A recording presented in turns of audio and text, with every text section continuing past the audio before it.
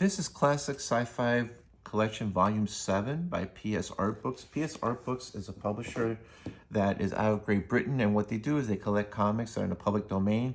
They put collections over a unifying theme, sometimes over a character, sometimes from a certain creator, or sometimes there's other themes. This is a collection of science fiction comics by Basil Wolverton, featuring primarily the strips of Space Patrol and Space Hawk, and a few 1952-53 adventures. I did some reading on this publisher because I'm not familiar with them, and they just scan the original comics. They clean them up, but they say they don't try to change the color because they want to preserve as much as possible how it looks, but they want to have it look good as well. So they're trying to strike this balance. This collection of science fiction stories ranges from 1939 to 1941, and then there's like 2 or 3 stories from 1952 and 1953. And never read these stories, and when I first got this, I thought, okay, this is gonna be really campy, Buck Rogers-ish kind of stuff. But really, they're good stories. For 1939, 1940, and 41, the science fiction, yeah, I mean, they're on planets where Mars and Saturn and Neptune, where they have, civilizations. It's not like they had the knowledge we have now. But having said that, the inventiveness and the creativity is good. These stories do have a continuity. They don't have a strict episodic feel, but they do refer to previous events. So it's like Basil Wolverton actually had, this idea of how he wanted to take these characters. And I have to say, this is much better than I thought it would be. I thought it'd be really silly and cheesy, but it's not.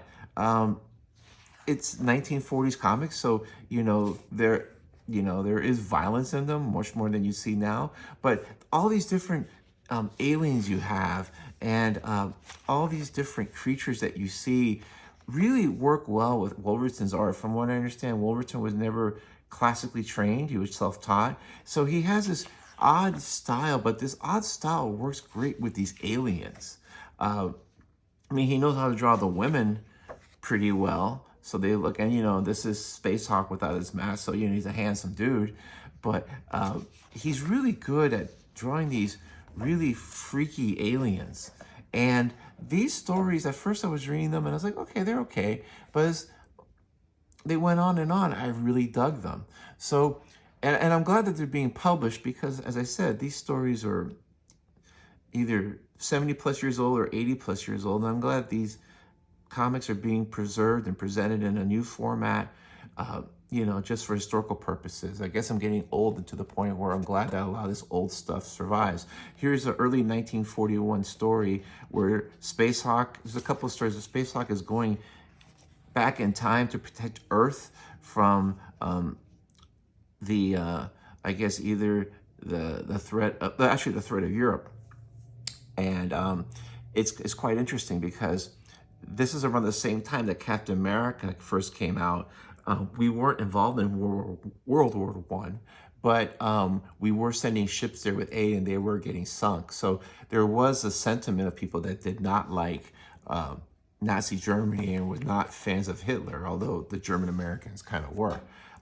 This is him going against this European conqueror named Musler, who looks like a distorted Hitler. He doesn't kill him, but he kind of like teaches him a lesson. But like I said, this is before Japan attacked Pearl Harbor and before Adolf Hitler declared war on the US, so we weren't in there yet. And then the last 3 issues are these EC type, pre-code science fiction comics that have almost like a Twilight Zone end. And I read some of these, and I wonder if any of this got to Rod Serling when he started doing Twilight Zone. But again, these are actually fun comics. They're not as silly as I thought they were. I thought some of the science was pretty good. It makes sense, like whenever Space Hawk goes somewhere, he's got a helmet on, unless it just happens to be a planet where humans can breathe the air. So it's not like they can just go to any planet anytime. It's actually not bad. I liked it. And as I said, I'm glad that these comics are being preserved. for future generations to enjoy. And also the reason why I read this is that PS Artbooks is coming out in July with Volume 9, which is another collection of Wolverton strips with Space Hawk and I think Meteor Man, if I'm not mistaken. So I kind of wanted to read this to see if I was going to buy that. And I think I am going to buy that because these are just fun comics. As I said, they're not as silly and campy as Buck Rogers, and actually they're not as silly and campy as a lot of the Superman comics I read, you know, from the, you know, in reprints in the 60s or as a kid when I was reading them in the 70s.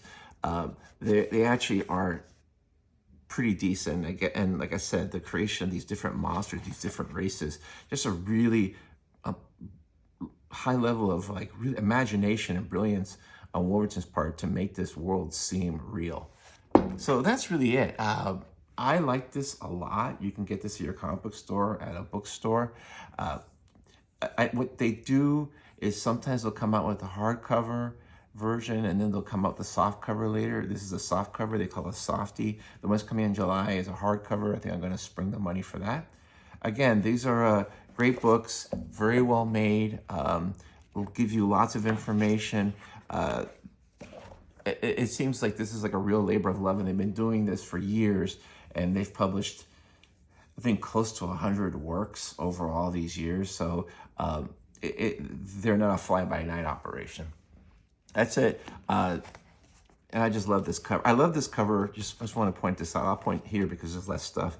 Is the action pose with the fist and everything and the stance. But this is Wolverton, where like the trunk here is really thick and he's really big, but then the legs are kind of thin. This is almost like I wouldn't say Liefeld-like, but this chest reminds me a little bit of that Captain America Liefeld chest. That the proportions are a little wonky, but it still fits, still makes sense. And that's you see that with a lot of his art. Anyway, I hope you enjoy that. Thanks.